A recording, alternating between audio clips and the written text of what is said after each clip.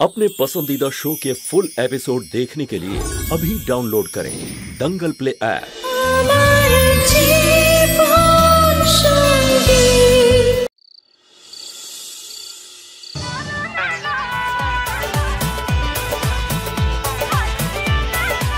ए गोपाल, আমি যে চাটনি আনতে বলেছিলাম সেটা কি ভুলে গেলি নাকি আনতে? কি হলো রে, কথা বলছিস না কেন তুই?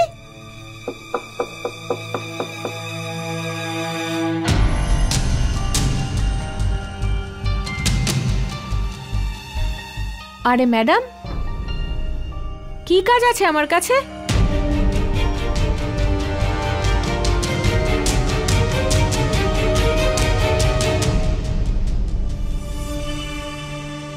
তোমার নাম কি? নাম শোনেননি নাকি? সবাই তো আমার নাম জানে, কোমল কলি, কোমল কলি, কোমল কলি। আমার নাম হলো কোমল কলি, আমায় তো সবাই চেনে পাড়ার অলিগলি। যতই হোক স্টার বা সুপারস্টার, এখানে তো আমি হিরোইন। আমায় এক ঝলক দেখেই সবাই টাকা ছড়িয়ে থাকে।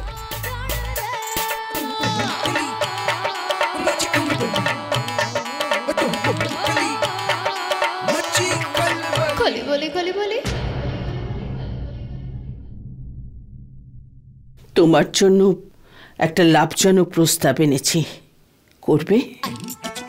টাকা দিলে কেন কাজ করব না, কিন্তু আগামী 3 দিন আমি বুকড আছি, প্রতিদিন 5000। এই ম্যাডাম তো মনে হচ্ছে বেশ ধনী। 10,000 টাকা নেব আমি। আমি 50,000 দেব। 50,000? এখন থেকে তো সব বুকিং আপনার। হ্যাঁ ঠিক আছে, বলুন কোথায় নাচতে হবে?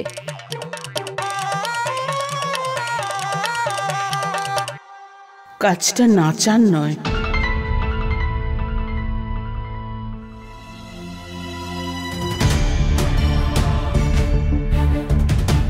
কোমল কলি শুধু নাচ করে,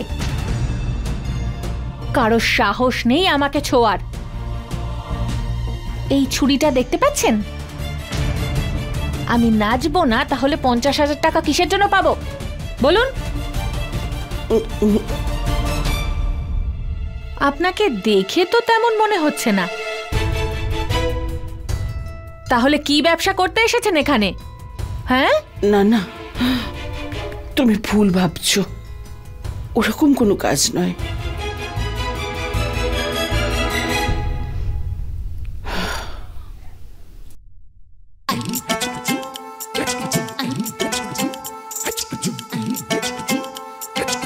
তাহলে কি কাজ আছে তাড়াতাড়ি বলুন তো, হাতে আমার অত সময় নেই। তোমাকে আমার সঙ্গে বাড়ি যেতে হবে, আর যতক্ষণ কাজ না শেষ হচ্ছে না ততক্ষণ ওখানেই থাকতে হবে, তাতে যত সময় লাগুক। হ্যাঁ, আপনার কাজ তো দেখছি কখনো শেষই হচ্ছে না, শেষই হচ্ছে না। এইটুকু টাকায় করতে পারবো না। 10 লাখ কি যথেষ্ট নয়?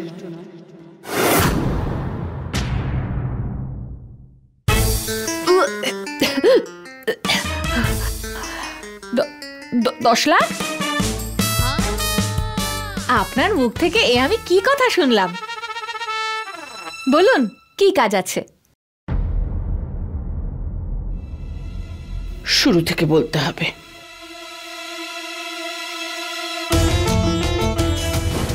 পায়েল হঠাৎ গায়েব হয়ে যাওয়ার কারণে বাধ্য হয়ে বিধির সঙ্গে বেদের বিয়ে দেওয়া হয়। শুরুর দিকে দুজনের মধ্যে এই সম্পর্ক নিয়ে যথেষ্ট অশান্তি ছিল।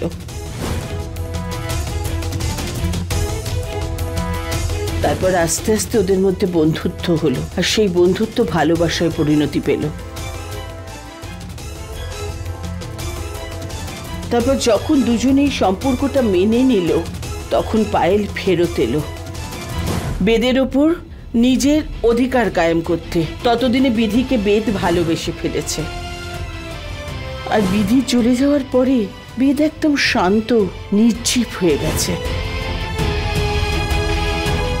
ডাক্তারবাবু এটাই বলেছেন, বেদকে বিধি একমাত্র সুস্থ করতে পারে। আর তোমার মুখটা একদম আমার বৌমার মতন। এসব আবার হয় নাকি? হ্যাঁ, মজা করছেন নাকি? দেখি আপনার বৌমার ছবি দেখি।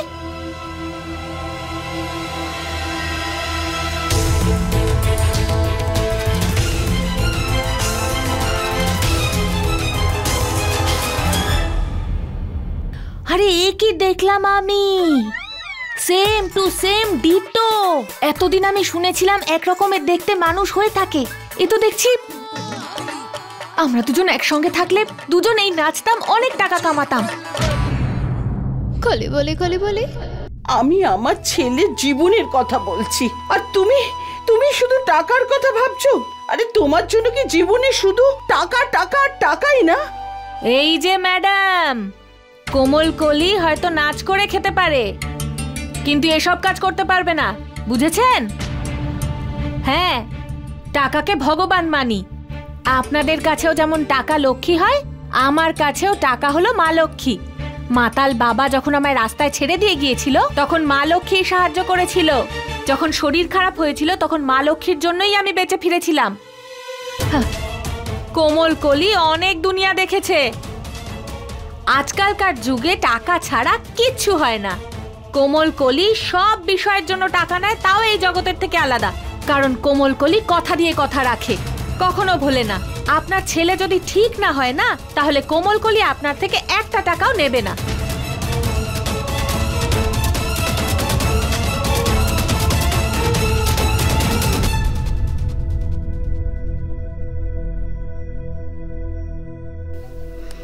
অ্যাক্টিং করবে? অ্যাক্টিং? আরে যদি ভাগ্য সঙ্গ দিত না, তাহলে আমি হিরোইন হতাম। আরে কোনো নায়িকাই আমার সামনে দাঁড়াতে পারতো না। নায়িকার মতো চলা, নায়িকার মতো বলা, আর দারুণ অ্যাক্টিং পাওয়ার, সব কিছু আছে আমার মধ্যে। ভদ্রলোকের অভিনয় করতে হবে। কলি বলি কলি বলি, আমার বউ খুবই সংস্কারী ছিল। তবে দেখুন, मैं कोमल कले।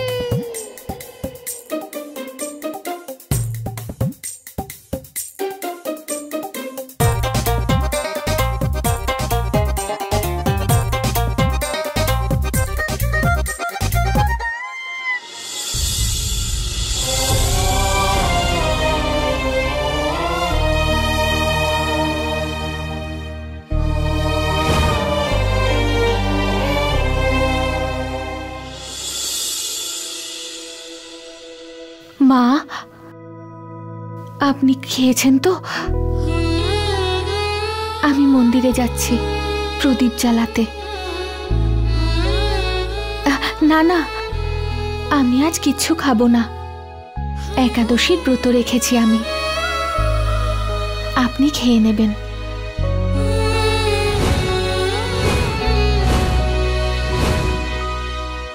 দেখেছেন? দেখলেন তো, আপনি সহজ সরল চাইবেন বা চালাক চতুর। দারুণ অ্যাক্টিং, আমার থেকে 100% পেয়ে যাবেন। এ কথাটা আমার থেকে ভালো কে বুঝবে? আমার দুই ছেলে ভালো মানুষের মুখোশ পরে। ছাড়ো এসব কথা।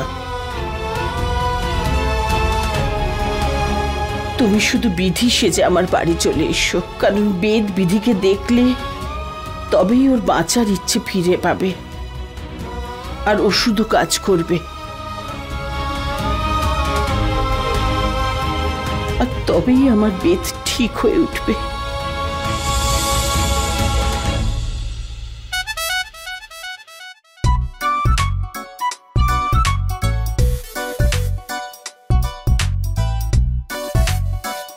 এই কাজটায় ভীষণ দায়িত্ব আছে,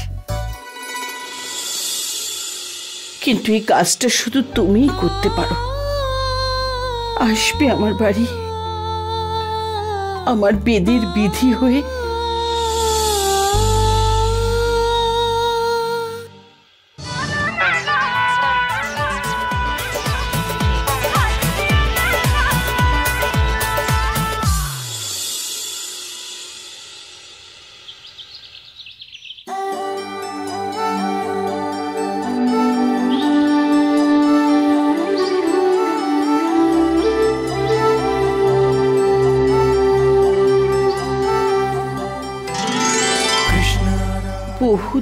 বাদে মনে আবার আশার আলো দেখতে পাচ্ছি যে বেদ ভালো হয়ে উঠতে পারে।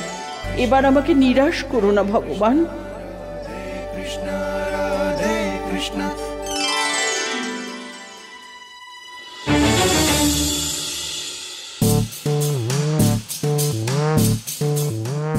সত্যি এই সিমলার আপেল তো খুবই টেস্টি। হজম হবে না রে তোর। আরে পোকা ধরে যাবে তোর আপেলে, আর সেই পোকা না তোর পেটে ঢুকে সাপ হবে, দেখে নিস। হ্যাঁ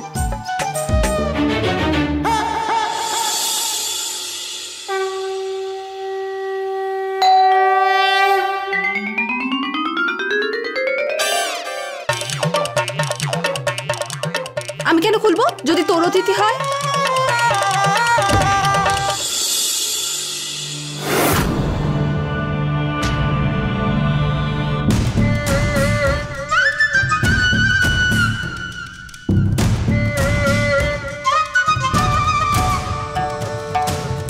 ভয় পাওয়ার কোনো ব্যাপার নেই। স্যার, ভয় পাওয়ার যদি কিছু না থাকে তাহলে আপনি এখানে কেন এসেছেন? কি ব্যাপার একটু পরিষ্কার করে বলুন তো। আগের মাসে আপনারা বিধি কুঠারির নিখোঁজ হওয়াতে মিসিং রিপোর্ট করিয়েছিলেন তো আপনারা?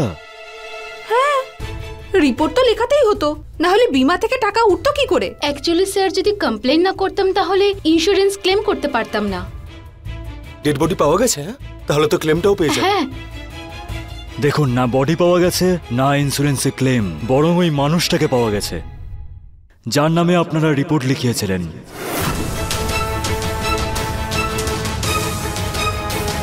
উদয়পুরে হসপিটালে ভর্তি ছিল গত 3 মাস ধরে। ওকে নিয়ে আসুন।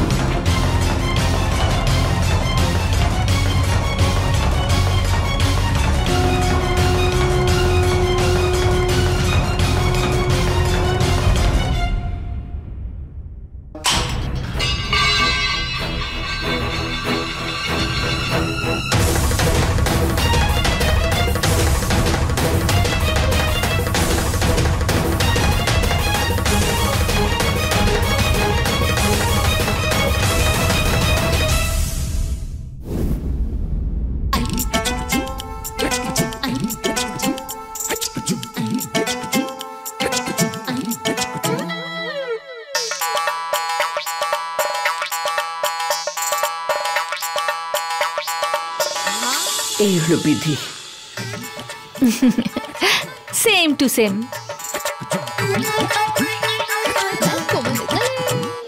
আর এটা বেদ।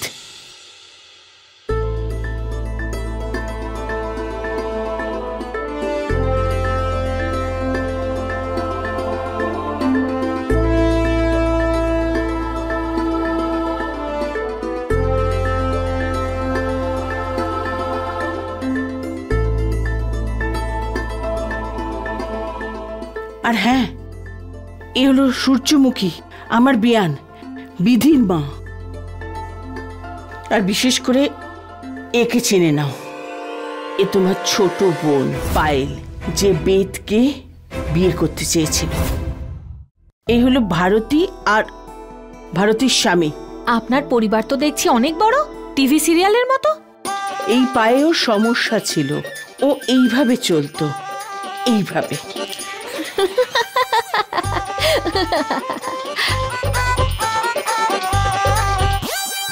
কলে বলে কলে বলে। তোমাকে দিয়ে কিচ্ছু হবে না।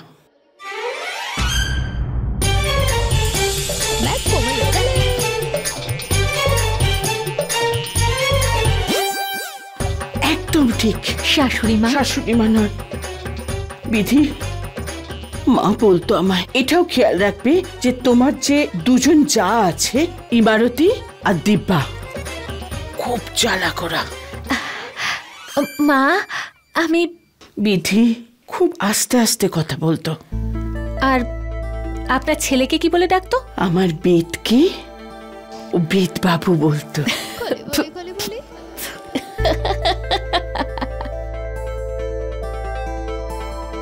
আজ থেকে তুমি এরকম কাপড় পরবে না, একটু ঢাকাঢুকি এরকম। এ দেখো, এইসব জামা কাপড় আমি পরতে পারবো না। 10 লাখ টাকা চাই তো তোমার? 10 লাখ? কেন পড়তে পারবো না? সব পারবো। আপনার জন্য ম্যাডাম আমি সব করতে পারবো।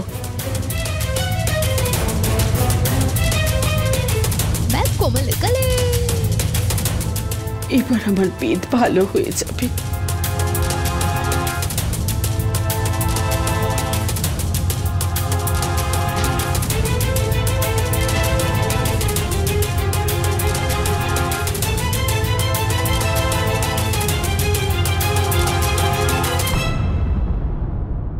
বৌদিমণি,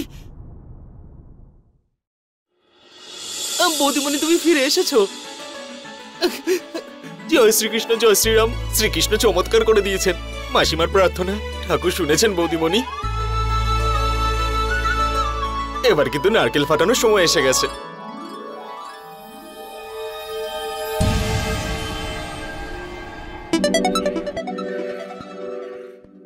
এই মেয়েটা তো বেঁচে ফিরে এসেছে দেখছি। এখন বীমা কোম্পানি থেকে টাকা পাওয়া যাবে না। চুপ করে থাকো। আর ওই ইন্সপেক্টর কি ভাববে? চুপ। ও বেঁচে কিভাবে ফিরে আসলো? জিজ্ঞেস করো। ইন্সপেক্টর বাবু, আপনি ওনাকে কোথায়? হ্যাঁ, আমাদের হসপিটাল থেকে ফোন এসেছিল। ওখানকার ডক্টররা বলছিলেন যে ও নদীতে ভেসে এসেছে। 1 মাস ধরে ও কোমায় ছিল। যখন ওনার জ্ঞান ফিরল তখন উনি অ্যাড্রেসটা দিলেন। উনি আমাকে ফোন করেছিলেন, তাই আমি এখানে নিয়ে এসেছি। এবার আমি আসছি।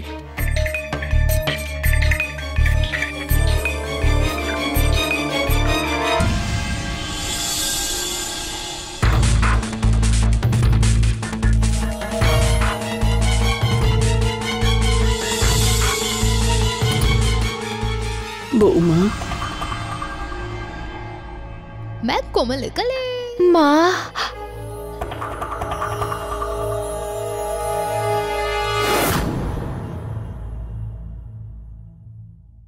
ভালো হয়েছে বিধি, তুমি ফিরে এসেছো। তুমি চলে যাওয়ার পর বাড়িতে সব তছনছ হয়ে গেছে। বিধির যে কি অবস্থা হয়েছে। মা, আমি তো চলে এসেছি। এখন সব ঠিক হয়ে যাবে। একটা কথা আছে না আমাদের, যখন সময় খারাপ আসে তখন মনের জোর কখনো হারাতে নেই। সময়ের সাথে সাথে আবার সব ঠিক হয়ে যাবে।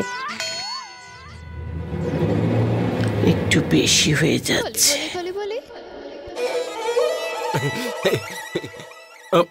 বৌদিমণি, জয় শ্রীকৃষ্ণ।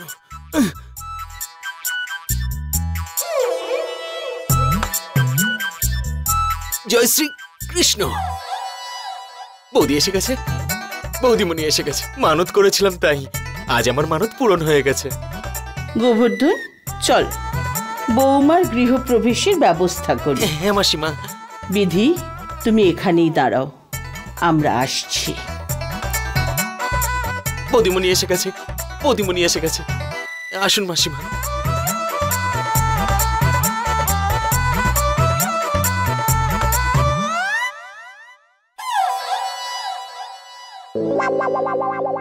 চলে এসেছে তোমার মায়ের সব থেকে প্রিয় ছোট বউ।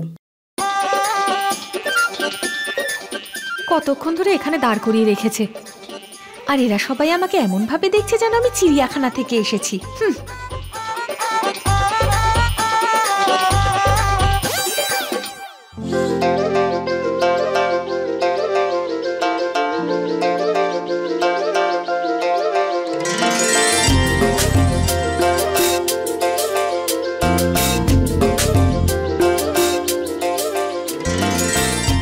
সুখে থাকো।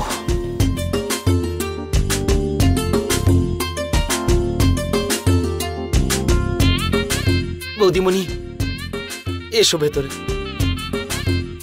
এসো বৌমা।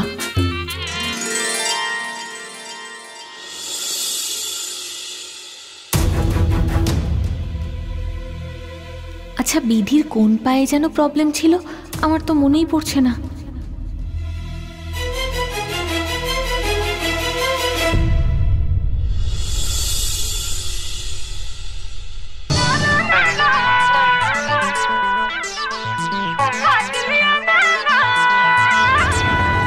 আরে আরে আমার নাকটাই ভেঙে গেল। আরে আমার নাকে ছুরি মারছে পাগল একটা। তুই হি হি করছিস কেন? হ্যাঁ,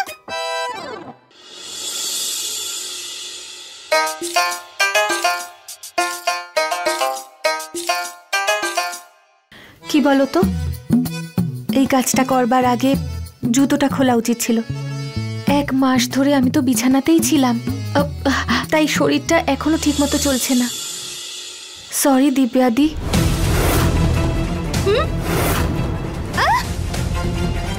দিব্যা,